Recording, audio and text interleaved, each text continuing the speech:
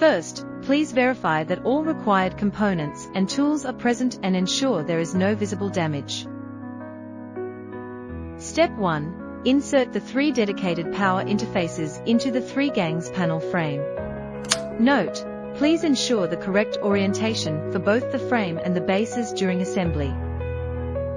Step 2.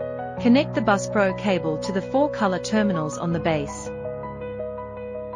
This setup is compatible with standard European-style multi-gang back boxes featuring a 71 mm center-to-center distance. Step 3. Mount the base end frame assembly into the European standard 80 back box. Step 4. Secure the frame by tightening the 6 screws.